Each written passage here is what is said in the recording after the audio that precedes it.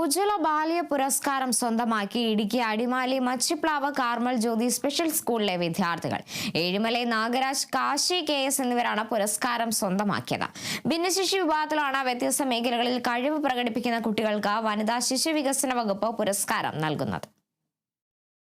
ഇത്തവണത്തെ ഉജ്ജ്വല ബാല്യ പുരസ്കാരം പ്രഖ്യാപിക്കപ്പെട്ടപ്പോൾ ഭിന്നശേഷി വിഭാഗത്തിൽ ഏഴുമലൈ നാഗരാജിനും കാശി KSനും ഒപ്പം അടിമാലി മച്ചിപ്ലാവ് കാർമൽ ജ്യോതി സ്പെഷ്യൽ സ്കൂളിനും അഭിമാന നിമിഷമായി.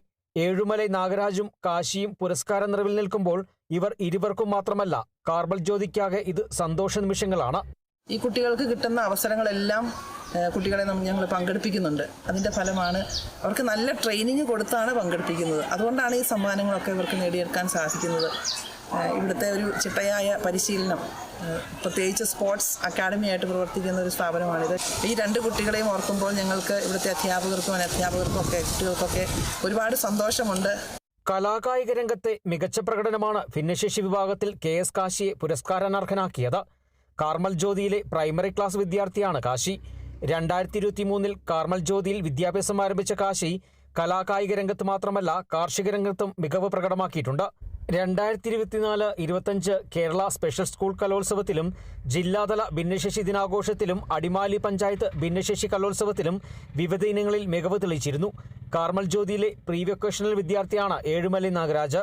12-18 വയസ്സ് വിഭാഗത്തിലാണ് ഏഴുമലൈ നാഗരാജിന് പുരസ്കാരം ലഭിച്ചിട്ടുള്ളത്.